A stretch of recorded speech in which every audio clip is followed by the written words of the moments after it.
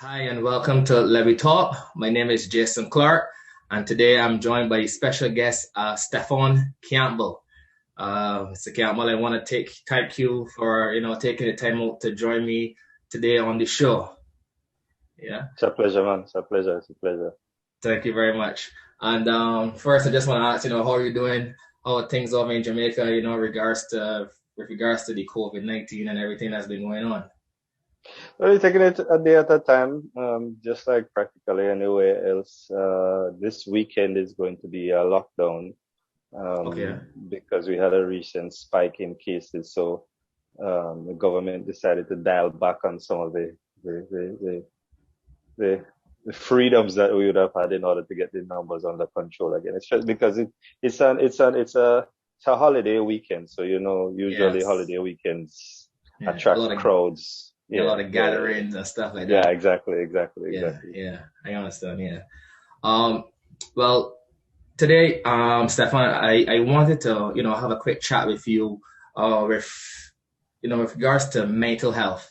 You know, Hmm. uh, within the past couple of years, mental health is something that, has been on the tip of everyone's tongue. It's been a topic that has, been the center of many, many conversations, many, many debates all over the world.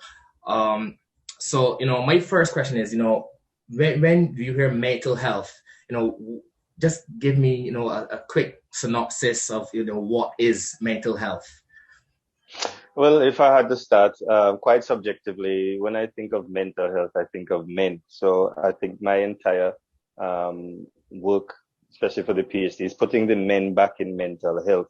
It Mhm. simply means that we are trying to be more aware of our thoughts, more equipped to express how we feel, being in tune to know when we are in sync with everything that's going on, or whether we are out of touch, whether we have a strong mind to do something, whether we can cope with the everyday tasks, whether we can cope with disappointment, the things that make us feel better and the things that make us feel worse.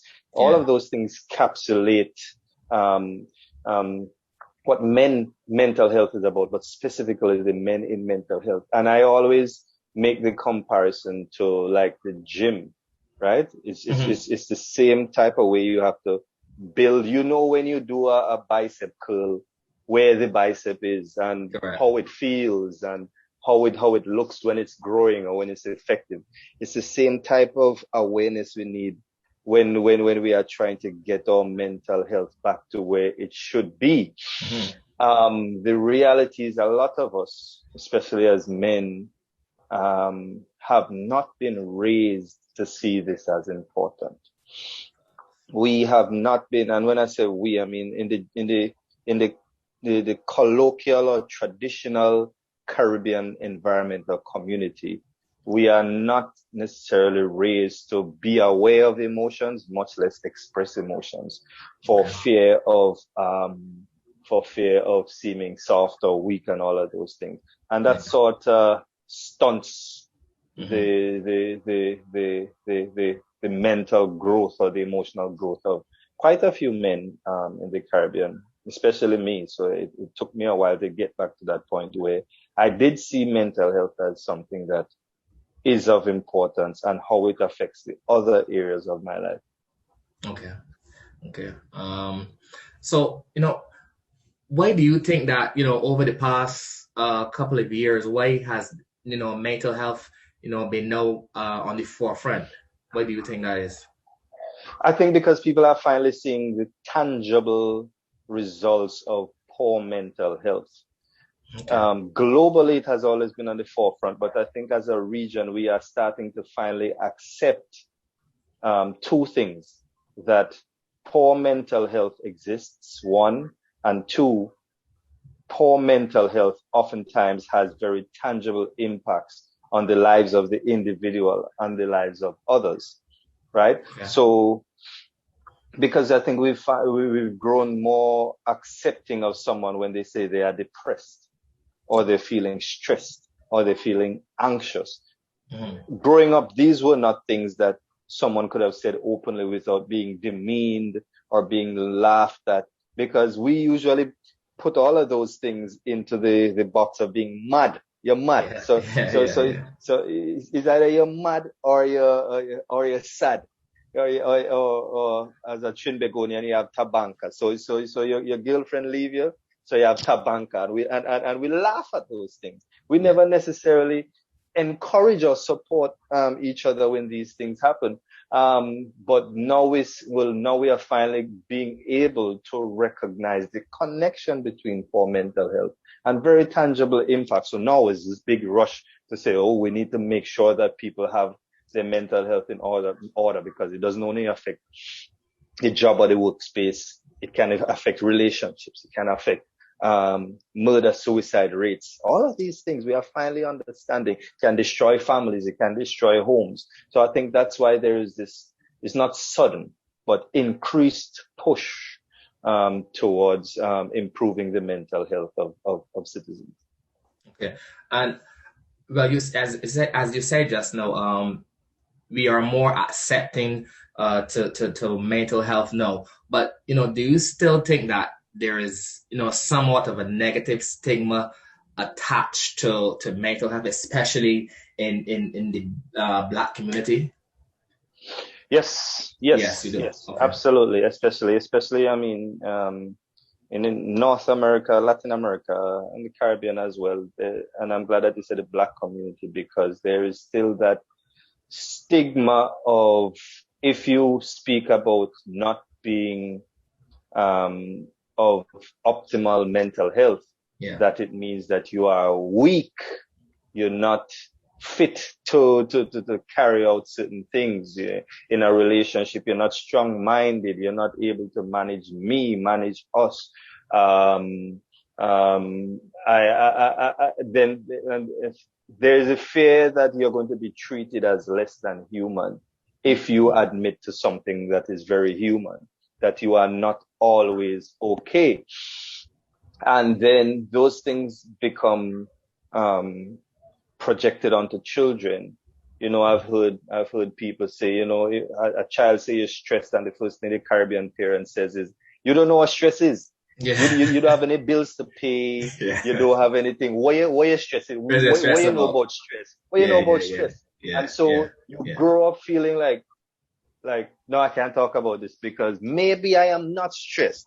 And yeah, this is something I had to go through. Like, maybe I am overthinking this thing. Maybe I'm overreacting. yeah, Maybe it's not as bad as it seems. So I don't even want to talk about it, yeah, because if I talk about it, then people are probably going to think that I'm overreacting, or, as I said, I'm soft or weak. Or if I talk about it, then that's when it becomes real, yeah. right? So you just keep it quiet, and those are the things that lead to the stigma. And yes, we're talking about stress and depression, but when we talk about things like schizophrenia or PTSD and people acting out, we say they're mad. Or if it's gone too far, we say them possessed, right? Mm. That's those. So Yeah, so so people yeah, are afraid of those tags, and yeah. so some people keep it in to their detriment. Detriment. Yeah.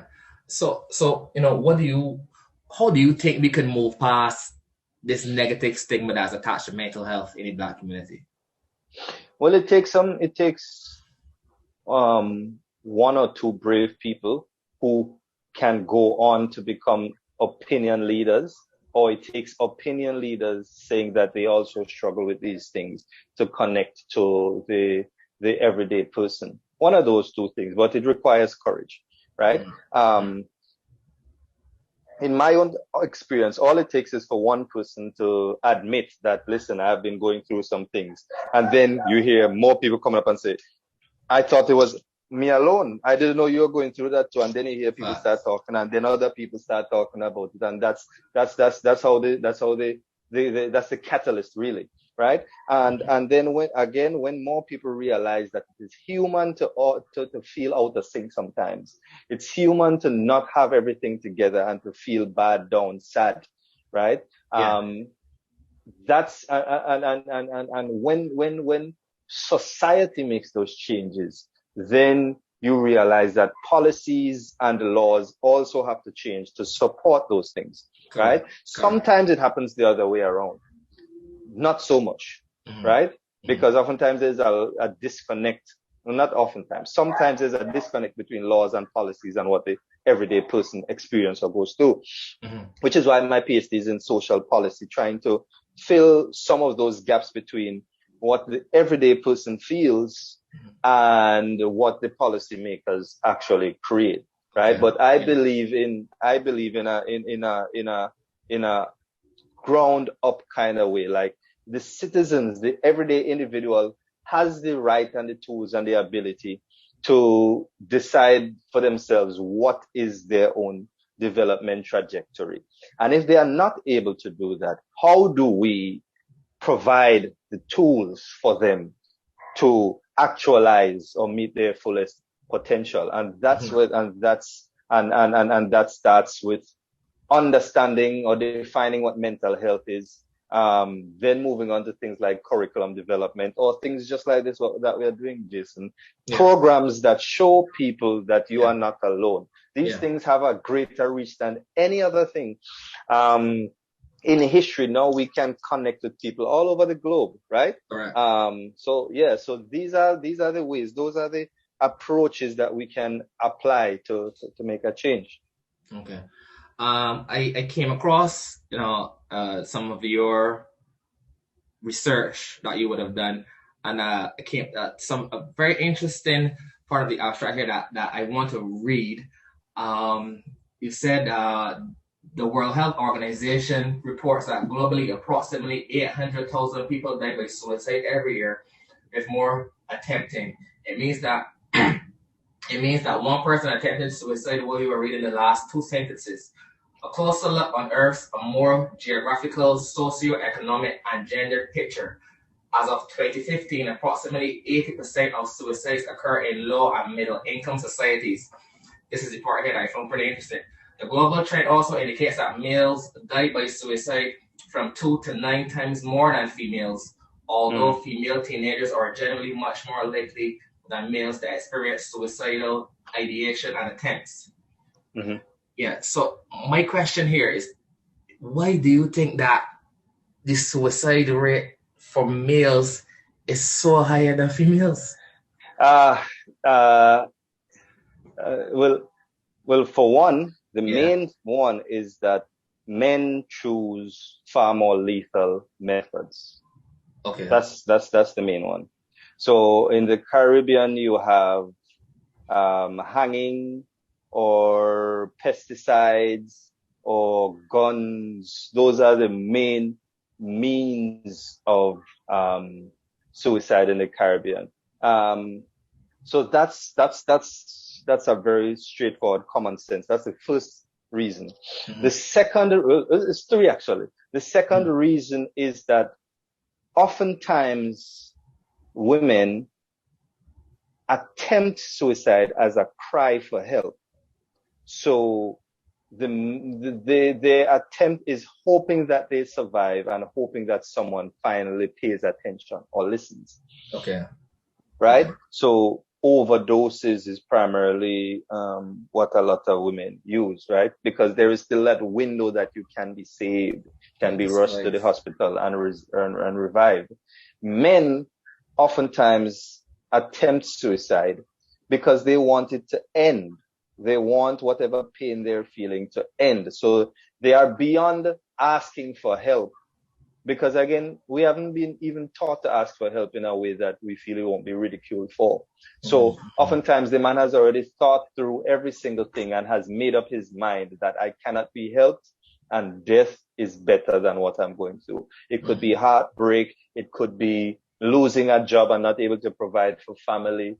It could be social stigma, which is why in this COVID time, suicides have spiked because people's way of life have been affected people's ways of life have been affected in such a major way that some people literally feel like they can't cope. Usually a drop in status. So you move from a corporate person to a homeless person, and that fall in status, losing all that respect, makes you feel so embarrassed that you feel like you can't do it anymore.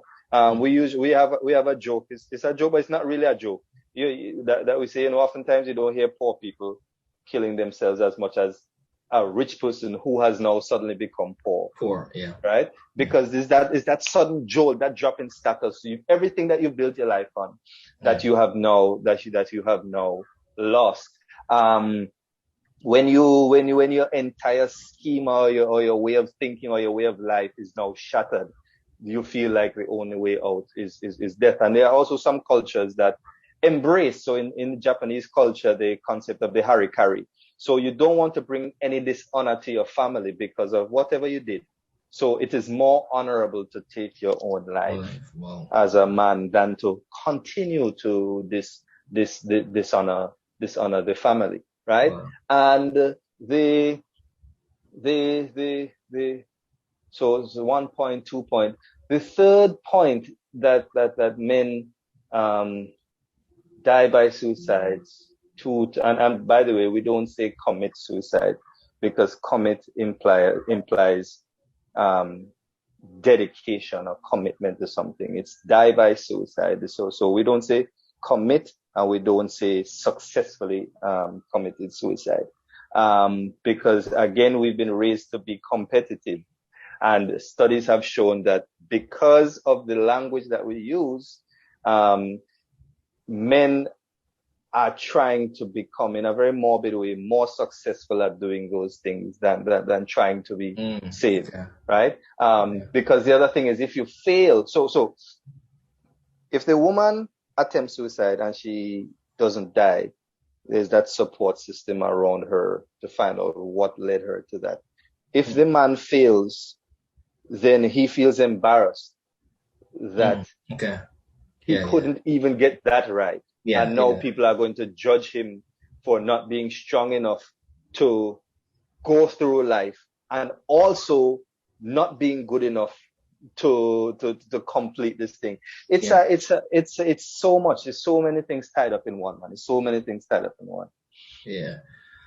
So I mean, what can we do? What do you think can be done to, help protect and help reach out to, the men in at large, I should say, and, try to, help them through, all of these tough times?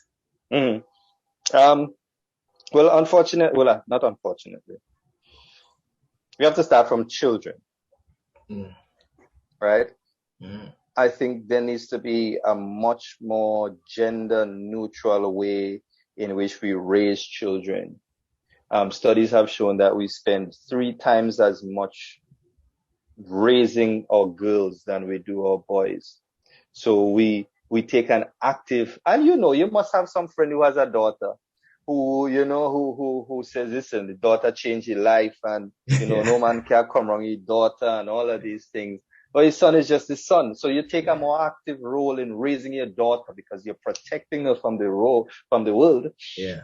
Your son could go outside and play and chip up his knee and run up and down and give us much trouble because boys will be boys. Yeah. And if he come inside crying, you say, what are you crying for? Yeah. So there is this way that we spend more time emotionally connecting or raising girls to express their emotions that we don't do with our boys. And I think that's where it starts for the next generation. For us as grown men, it's about having support systems, safe spaces, we like to call it, that a man can talk about how he feels without being ridiculed. And this is the role that women play as well. Because when a man, it is like we did an episode on this talking about the fact that you enter a relationship with a man who for at least 18 years of his life has not been trained to express his emotions. And then you want to give him 6 months to become a professional at talking about how he feels. Yeah. That's unfair. That's unnecessary pressure. He has not yet had the tools, right? And if you're not willing to understand that, leave that man alone, right? So those safe spaces, and we already have them, the barber shop, the football field, the bar, where men talk about their problems more often than not. Correct. By the way, they're not doing it so you go to the barber shop to get a haircut, but you leave for more than that. Which is why it's hard for some men to go for therapy, because you're setting it up in such a formal way. And by the time I think through all of these things, I think myself out of going it. But when I go to the barber shop, I'm here for the haircut, and I could talk about everything without the pressure of feeling like you're being judged or analyzed and all of these things, right? So safe spaces is something that you would see is being advocated for more than anything else. And there's a certain toxicity that comes with some women. I remember when we started the podcast, a woman literally said, "Why do we want to hear about how men feel?" I haven't responded to this day, and we started the podcast last year, because that is sometimes some of the sentiments that cause men to recede even more. Right? That cause men to recede even more, and then he's penalized. So when he finally talks, he's judged for what he says, because he probably doesn't say it in a way that people are comfortable with, and so he's scolded for that. And when he's silent, then he's scolded for remaining silent. I was invited to do a presentation at a men's conference at a church. And so I asked this simple question, are men and women going to be there? They said yes. I said, well, I'm not coming. Sorry. I said, why? Because I said, let me give you a scenario. So a man has been married for 5 years. He finally is able to talk about something after those 5 years in a forum. If the woman jumps up and says, so why didn't you tell me?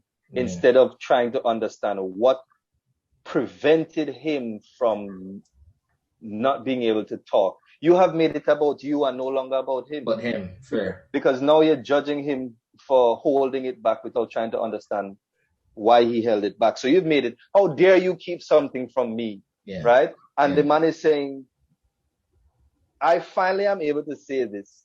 And that is your priority. So now he has to worry about how to make her feel better and putting his feelings in the back seat. Right? And so this is and so these are the kind of things that we all need to work together to help each other. And let me just say, I am speaking primarily about men because more so, especially in suicide, as the statistics show, it is literally a matter of life and death for men more than women. It does not mean that we don't have women who are dying by suicides as well. But I'm talking about from personal experience, right? From personal experience and from people who have known.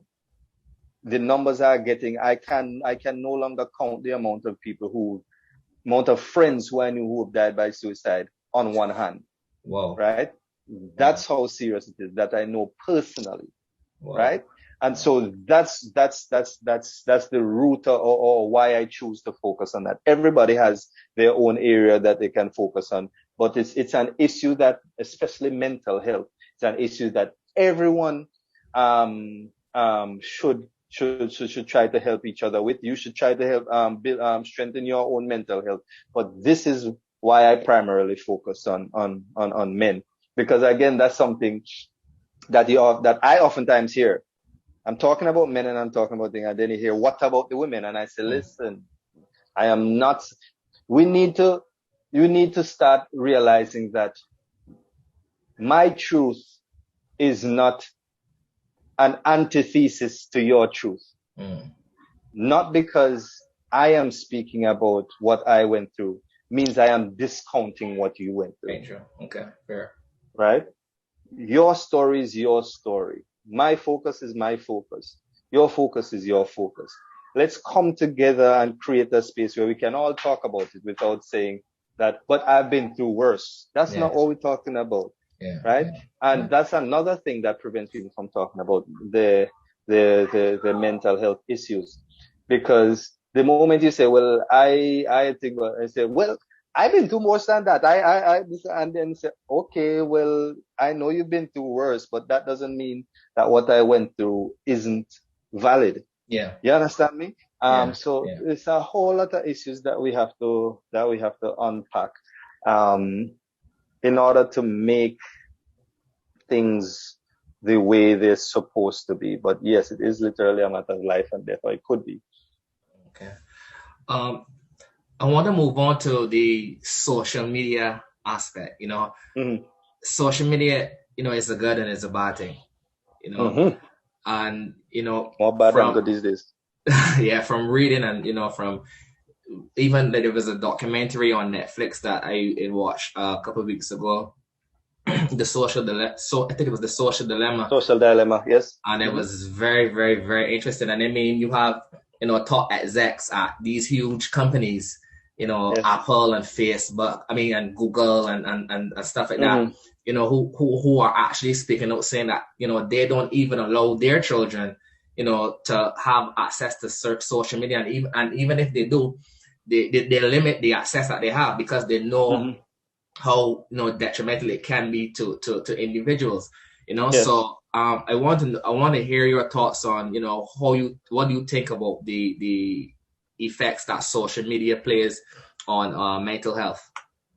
Yes, at this point, it can be considered a substance just like anything else. There are studies now that are actually looking at it as like substance abuse. The same type of symptoms that people exhibit when they use certain substances is the same type of symptoms they're seeing with people who use social media: withdrawal, anxiety, the concept of FOMO, which is the fear of missing out, that you haven't been on social media for an hour and you feel like the world is passing by. So that gives you some anxiety, like you feel like you're not in the loop and all of those and all of those things. And then there is also this concept of, comparison and feeling like you have not made it in comparison to somebody that you have not, that you have never met or you haven't known. But then you start thinking, I'm 23, I'm 23, I don't have my degree yet. This person is 23, started a business, has 2 cars, married, and then you start internalizing and taking in things, without all of the variables. Correct. Right? And that sometimes it is oftentimes a trigger of something that you have, that has happened in your life previously that you have not yet overcome. You have been insecure before, but what you've seen on social media is a confirmation that you are not good enough. Right? So before, when it was just in your head, and you could have hidden it, now seeing the picture, and seeing the picture in this frame is confirmation now that, see, there you're not good enough, right? And then what makes it terrifying is that you begin to follow these people, right? And so you essentially become a masochist because you are punishing yourself. The first thing you do, you wake up in the morning and you see images of this person. So you start your day feeling worthless. But you still like the picture though, because this is goals. This is goals. But you started your day like that. And if this person's goals or not, you have already had an impact on how your day could have gone. Right? So instead of motivation, now you feel depressed because you're not there yet and you're stuck in a rut.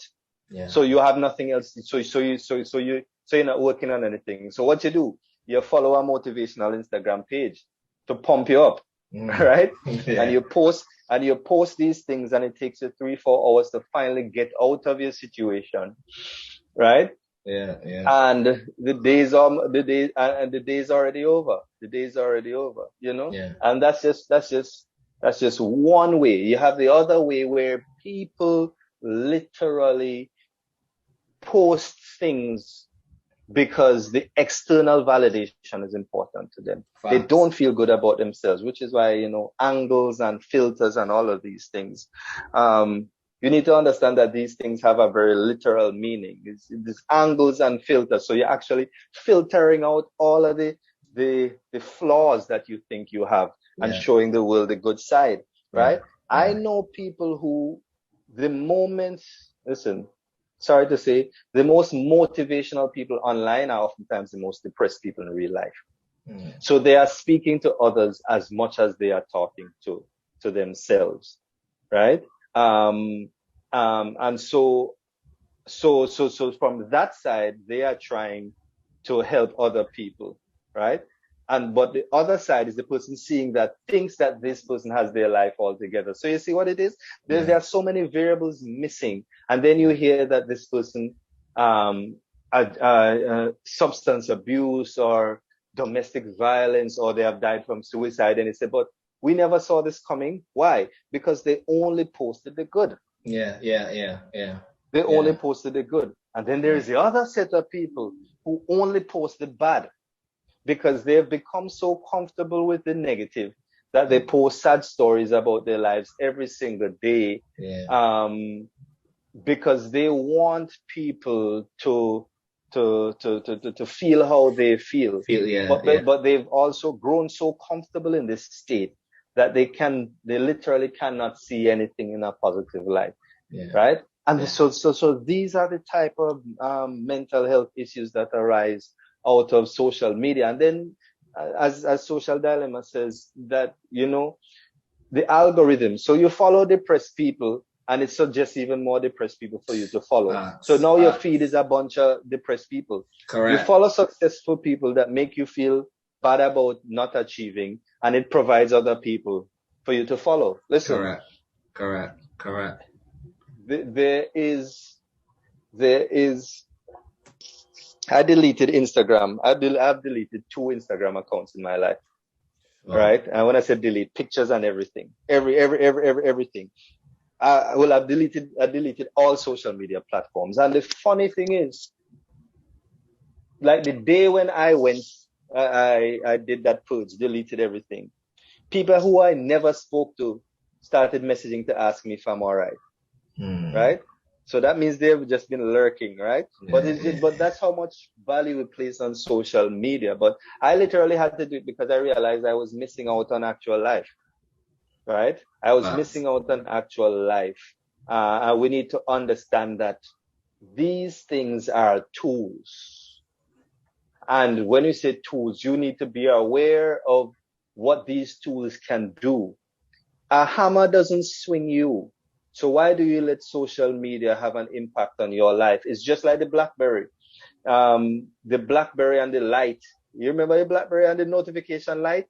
Like every time that notification light came on the BlackBerry, you had to check it, because it used to drive you crazy to see the light blinking over and over and over. And then when I did some research and all of those things, and I realized how deliberate it was, I changed from a BlackBerry because now the device was using you.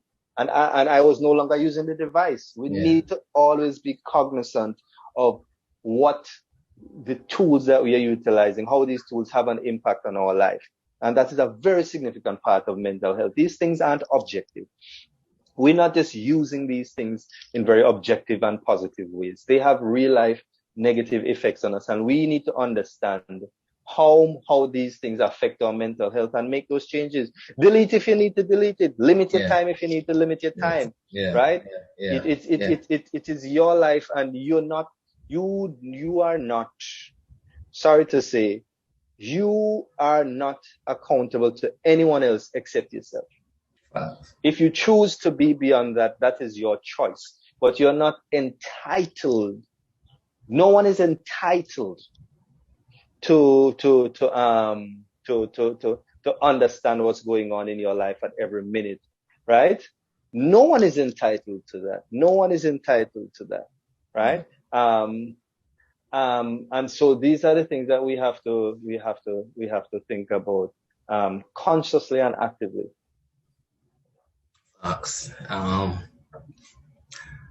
Earlier you kind of touched on the effect that, the COVID-19 and the pandemic was been going on for the past year, the effect that's having on, individuals and their mental health. But can you just dive in a little more? What do you think the real impact this COVID-19 is really gonna have on individuals and their mental state? Because as you said, like we've never seen anything like this, Yeah. So what do you think is gonna have really, really excuse me, how is it really gonna affect people's mental state? I mean, the Spanish flu was roughly 100 years ago. I always said I was going to look back and find out how people functioned shortly after that, because that's the closest thing we're going to get to understanding what happens after this, right? But human beings are social beings. That's one element. So you are no longer able to socialize in a way that you've been raised to socialize. Correct. Right? Especially as Caribbean people. And this thing has been cut off cold turkey. So, and then you need to understand the value of these social events in our lives, right? Because this was probably one of the only outlets for you to relieve stress, right? Because your job probably was stressing you, or your family was stressing you. Yeah. And now you have to stay inside with the same family that was stressing you. Or the government is telling you that the only thing you can do is work. So the two things that was stressing you, these are the only two things that you can do now. Yeah. Think about that. Yeah, right? Yeah, that's true. That is true. So a lot of people, and a Zoom line isn't going to work for you. A Zoom line is not the same. Now for the generation coming up, and that's all they know, it might work, right? But for those of us who know what it was like before, it is not going to be the same. That's if you have a job. But the other side, if you've lost your job because of COVID, people aren't hiring, your bills are piling up. So the other one is a physical prison. Now this is an economic prison that's taking a toll on your mental health. What do you do? You can't even if you apply to certain jobs. If you're from a country that locked down, let's say you apply for something international, you can't leave. Listen, we have not yet fully quantified the impacts of this pandemic on the mental health of everyone in the world.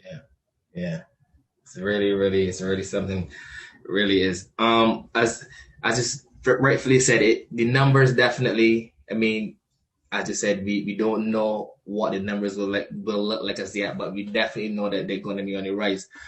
What I want to ask for, big companies that can afford, like to say, have a couple psychiatrists, on their payroll or whatever.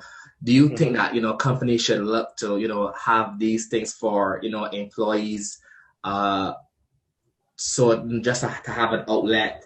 Without a doubt, to speak about the mental health. Without a doubt, it needs to be a fundamental part of every organization. Without a doubt, just as much as an HR person, it has to be, because we no longer live in a time where people could separate the work life from the home life. Now everything is intertwined in one. You get home even more now because you're working from home, so there's no longer that separation. Right? You always have access. So even when you're home, you're getting emails on weekends and all of those things. So there is no real time or opportunity to disconnect, and everything is getting muddled, right? But even before that, understanding that people aren't robots and not everyone can make those clean cuts between what is work and leaving. I do some training at some organizations, and one of the things I hear is that people not leaving, people bringing their home issues to work, right? Mm-hmm. And my question is, do you know what they're dealing with home that makes it so difficult for them to leave it at home? Yeah. To let go. Do Yeah. you not think you want to find out what that is? Yeah. And perhaps if you help as an organization, if you help this employee to get through whatever is dealing with at home, do you not think that person is going to be more loyal to your organization? Yeah. But it's like some companies look at that as an additional cost. Of course, yeah. Just look at the Not bottom line. not realizing how much you are actually losing if your staff members are not performing optimally. So yes, even if it's not physical, virtual, have some partnership, have some, and it could be proactive. It doesn't have to be reactive. Okay. So you can have some, safe spaces. You can have some events that help people unwind, some yoga, and some organizations do have it, some gym memberships or whatnot and what have you, to help people work through their issues in positive and healthy ways before it gets to the point that they need to see a therapist. But I also encourage people to seek therapy. Nothing is wrong with that. That's another stigma that we have. Yeah, that if you go to a therapist or a psychologist, you're mad. Yeah. So you don't want to say that, that you've been to a therapist, because you feel like, it's going to send out some red flags. Yeah. So a lot of people are afraid of that as well, Yeah. My final question for you, Steffon, like, as you just rightfully said, you encourage, people to speak up and stuff like that. But, the fact of the matter is that there are still individuals out there who still, don't have the courage to speak up, and, they're still afraid to really express their feelings of what they're going through. So, is there anything that, apart from, actually trying to build up the courage to speak out, is there anything else that you would recommend for, such individuals to try to help them, get through their mental illness? Write it down. Write it down. Journaling, or what we call writing for healing, is something that has proven to be very effective. Writing down how you feel in the very moment that you feel it. Okay. That's a safe space. You are the only one who is going to see it, so no one can critique you, right? Now, you might be critical of yourself, but even that is something that you need to write down, like the questions that come to your mind. Yeah. Because if in physics they say energy is neither lost nor destroyed, merely converted from one form to another. So when you get it out and put it down, you are freeing up some space for more positive thoughts than if you just have it inside there. Sometimes we just write it down. Don't worry about form or how it looks or how it sounds or anything like that. Just get it out. And this has been proven to be quite helpful. So as an individual, not just a man, just write it down, get it out. You don't even need to read it over. You don't even need to read it over. I've written things down, and the moment I'm done, I just tear it up and throw it away. I've gotten it out. Okay. I've gotten it out, right? Yeah. Just to clarify, just to work through certain things. Okay. When it's up there and it's jumbled, it's kind of hard. You're not seeing it, and which is another reason why social media has such an impact on us, because oftentimes the visual has a direct connection to our brain, right? And and it can have what we see can have an impact on the wiring of our brain. So writing it down, you are able to see what you've written and dispel what you need to dispel and confirm what you need to confirm and change what you need to change, right? Than having it up here. You're seeing it, but you're not seeing it through you're seeing it through your mind's eyes, but you're not seeing it through your eyes. That's why we write things down. That's why we primarily a paper-based society, whether it's an essay or a book or whatever. There's something about reading something or writing it down that Yeah. has an impact and can change the way you feel. Okay. Okay. Well, Steffon, I want to thank you for joining me. This it was really informative, and I know there are many people out there who are gonna really enjoy and really gonna take away a lot from what you said. And like I said, I just want to thank you, and I wish you all the very best going forward in all of your future endeavors. Thank you, man, and stay safe, Thank you very physically much. and mentally in this world we live in. Thank you. Hopefully, changes soon. We Thank you. can we Hopefully, can connect, you know. yeah. Hopefully, man. All right. All right, You have a good one. all right. Blessings. Take care. Yeah.